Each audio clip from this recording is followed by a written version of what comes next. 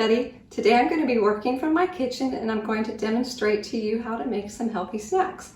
I chose to demonstrate healthy snacks today because snacks are a very important part of our diet and our daily intake, just as much as breakfast, lunch, and dinner. It's very important to have healthy snacks. It's very easy when you get home from school to maybe just grab a bag of chips or candy or something like that that's not as nutritious. So we want to make sure that our snacks are healthy. Today we're going to be using this as our guideline. If you remember, back in October, we learned about the myplate.gov and the 5 food groups. Hopefully you're remembering all the foods that go into the food group. But we're going to use this as our guideline today to make sure that the snacks that we're making are also healthy and nutritious. So today I'm going to be showing you 3 snacks. We are going to make bento boxes. We're going to make some homemade hummus. And the last thing we're going to make today is some trail mix. So before we start in our kitchen and start working, what is the first thing that we should do? Remember, we need to wash our hands. That's right. So when we wash our hands, you need to remember that first we get our hands wet, we get some soap, and then we need to make sure that we scrub our hands for at least 20 seconds. So the first snack that we're going to work with today is what we can call either a snack box, or some people call them bento boxes. They usually contain at least 2 or 3 of the food groups. So again, looking at our all of our 5 food groups, today we're going to include in these snacks, we're going to have some source of carbohydrate, and all of these come from which food group? They're a grain group, that's right. Then we're also going to include some vegetables and fruits, which we have, which is half our plate. And we're also going to include some sort of protein source. So today for protein, we have some peanuts, we have some hummus, and we have some cheese. So all of those are going to go into the snack boxes. So first thing we need to do is to wash our vegetables and our fruit, and we're going to chop them up and prepare them.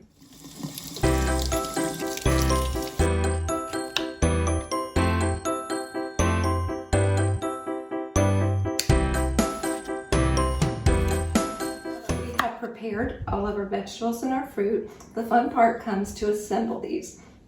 So really you can put anything that you want to in the snack box.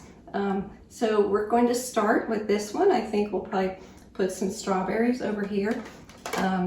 Put some strawberries in this one, and we can add some grapes to this one.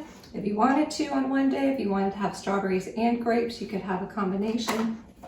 But for right now, we'll just put grapes in one day, strawberries in the other one. So that's our fruit source, and those 2. And this one, we also want to get some kind of carbohydrate source. So we can add some crackers. I have some Townhouse crackers. We can add crackers to this one, maybe. And this one, we want to add some popcorn. So popcorn is a really fun snack. That's already pre-made. We'll put some popcorn in that one. And then for our protein source in these, I think we'll add some cheese. We can have some cheese with our crackers. We have already cut them into our shapes. We can add cheese to them. And then this one also, we can add some cheese in here with our popcorn. That makes a really good snack right there. If you want to, you can also add some nuts to it, okay? And the only thing I'm missing is that maybe we can add some carrots to it, okay? What do you think? Add some vegetables to it, because vegetables are one of those things that we probably don't get enough of. So carrots are a great snack to add. We could add some carrot sticks. We could even add carrot sticks to both of these, okay? So those 2 are done. Then we'll finish our third one. The third one, I think we'll use a different kind of protein source. So this one, I'm gonna put this is red pepper hummus. So we'll put some red pepper hummus in here. And hummus is a great thing to dip vegetables in. So we've already prepped all these beautiful vegetables. Look at all of our different colors here. We have the greens, the orange, the whites. Remember, you want to get a variety of vegetables. You don't want to just eat the same color all the time, but you want to get a variety. So maybe today we want to add some cucumbers. We can add some orange pepper slices and some yellow pepper slices. These colors are a little bit more mild than the green pepper, so you might like those if you've never tried them before. Also some broccoli, and let's put some cauliflower in there too. Okay, and let's see, what are we missing? We don't have a fruit, so if you wanted to, you could add an apple to this snack, okay? Or if you wanted to, you could also add pretzels. Pretzels are also a great grain to dip in hummus. So we can put those pretzels right next to the hummus, okay? So here we have 3 snack boxes that are all ready to go. You can make them ahead of time, so when you get home from school, they're all set and ready to have.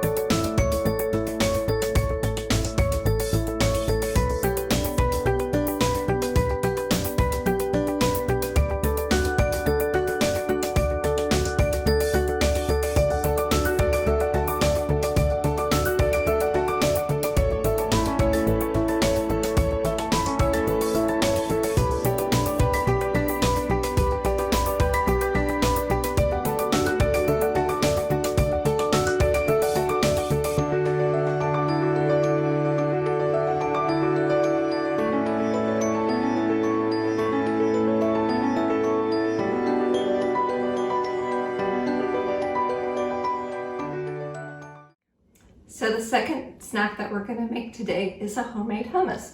So in the bento boxes, you remember that we had hummus in one of the last snack boxes, and we used a hummus that was from the grocery store. So basically hummus is made from chickpeas. This is what chickpeas or garbanzo beans, this is what they look like. That's usually the base for a hummus. So, but in grocery stores, they add different flavors to them. This was a red pepper hummus. You can get them with spinach and artichoke or broccoli, any flavor. But you can also make them yourself at home. So at home, you can either start with the garbanzo beans as your base. You could also make a black bean hummus if you want black beans. So today we're going to make something a little bit different, and we're going to add to the garbanzo beans, we're also going to add some green peas. So this is going to make a very fun, delicious, and nutritious, colorful hummus, okay? So the other ingredients, I'm just going to go ahead and dump them in our food processor. So this is something that you would definitely need to have an adult helping you with. But we're going to start with our garbanzo beans. We'll put those in. We're going to add, these are frozen green peas that we have thawed, so they're no longer frozen. Then we're going to add some pepper. Okay, we have pepper in it, and it needs some salt. We're going to add some salt, and we're going to add the fresh garlic. Okay, so all of those ingredients go in, and then the last thing we're going to add, it calls for a tablespoon of olive oil. And so we'll measure out our olive oil. These are things you can help an adult measure. You can help dump all the ingredients in, but you do want to make sure that you have an adult help you with this part, because we're going to turn the food processor on. Turn it on like that, and we're going to go ahead and we're going to mix it. Okay, so after the hummus made, we put it in the bowl, and I have my 10-month-old grandbaby Hazel with me to help sample it today, but she's not quite ready to chew these vegetables, the dip in it, but this is a great way. Babies love hummus. I think she's excited, and it's a great way to hide extra vegetables for a baby. They can put it, I think she likes it. You can hide the peas in a hummus, and it's a wonderful snack that adds extra fiber and protein to your day. What do you think, Hazel? Yeah? The last snack that we're going to make today is a homemade trail mix. These are great to make ahead of time because you can make them in bulk, and then you can back them up into small prepackaged sizes. You can have little snacks for your lunches or for snacks after school. Generally, when you make a homemade trail mix, you start with the main base, and that's going to be some type of cereal. Today, I have chosen to make a homemade cereal base using Chex Mix, Cheerios, and Wheat Chex, okay? You guys remember what food group the cereals come in? If you said the grain group, that's correct. Okay, so let's get started with this. The recipe for this, it calls for we're just gonna pour everything onto the tray. It calls for 2 cups of our Wheat Chex. It calls for 2 cups of our Cheerios. And it calls for 2 cups of the Rice Chex, okay? Those we're just simply, you can take your hands, make sure they're clean always when you're working. We're just gonna mix that together, like that, okay? And then what we're going to pour on top of it, this is like 1/3 of a cup of butter, and this is Worcestershire sauce that I've already measured out. It's 2 tablespoons of Worcestershire sauce, and we're just gonna mix that together like this, and we're going to drizzle it on top of the cereal, and then we're going to pour it. It'll continue to melt in the oven, but we're gonna pour it on top of the cereal, and then we're gonna put it in the oven and let it bake for an hour. We're going to pull this out of the oven, and it should be just a nice lightly brown toasted color.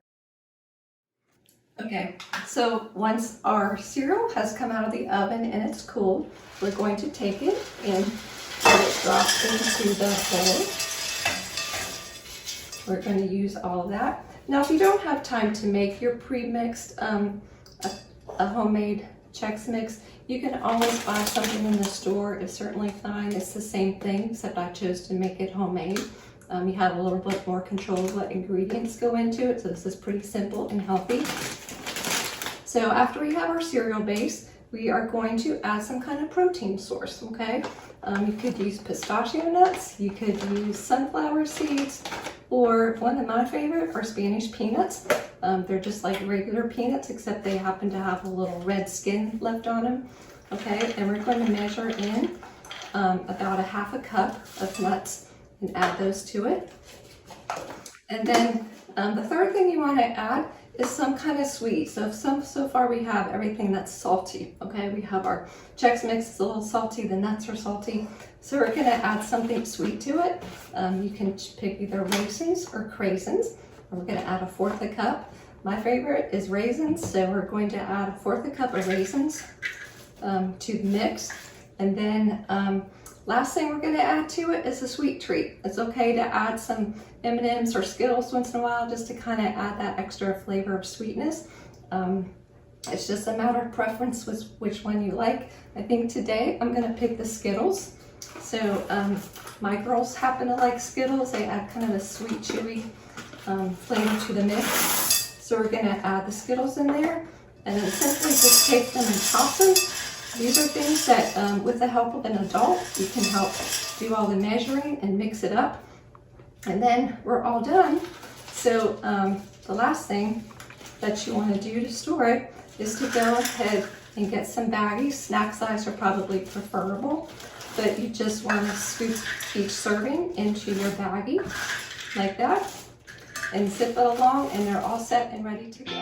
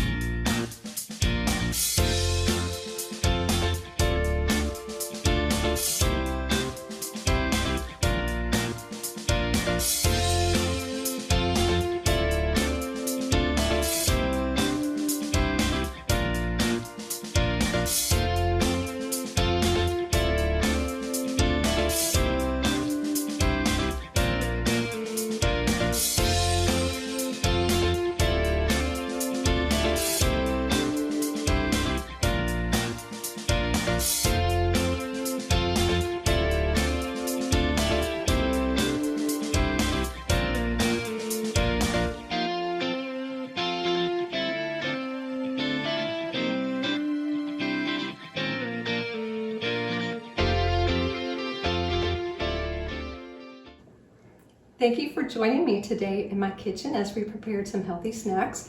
I hope you had fun watching.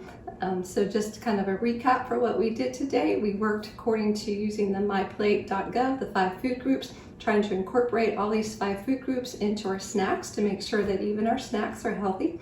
So we started with the bento boxes, and by doing that, we actually, I think, incorporated all 5 of the food groups as part of that. Next, we made a green pea hummus by adding some frozen green peas to it, and then you can dip your vegetables or pretzels in it. And then lastly, we ended up with a trail mix that you were able to add lots of ingredients to that to make that be fun. These are some fun, healthy snacks that you can make that you can do with your family on the weekend. It could be a family project on Saturday, Sunday, and then you have all your snacks ready for the week. I hope you have fun making them. Thanks.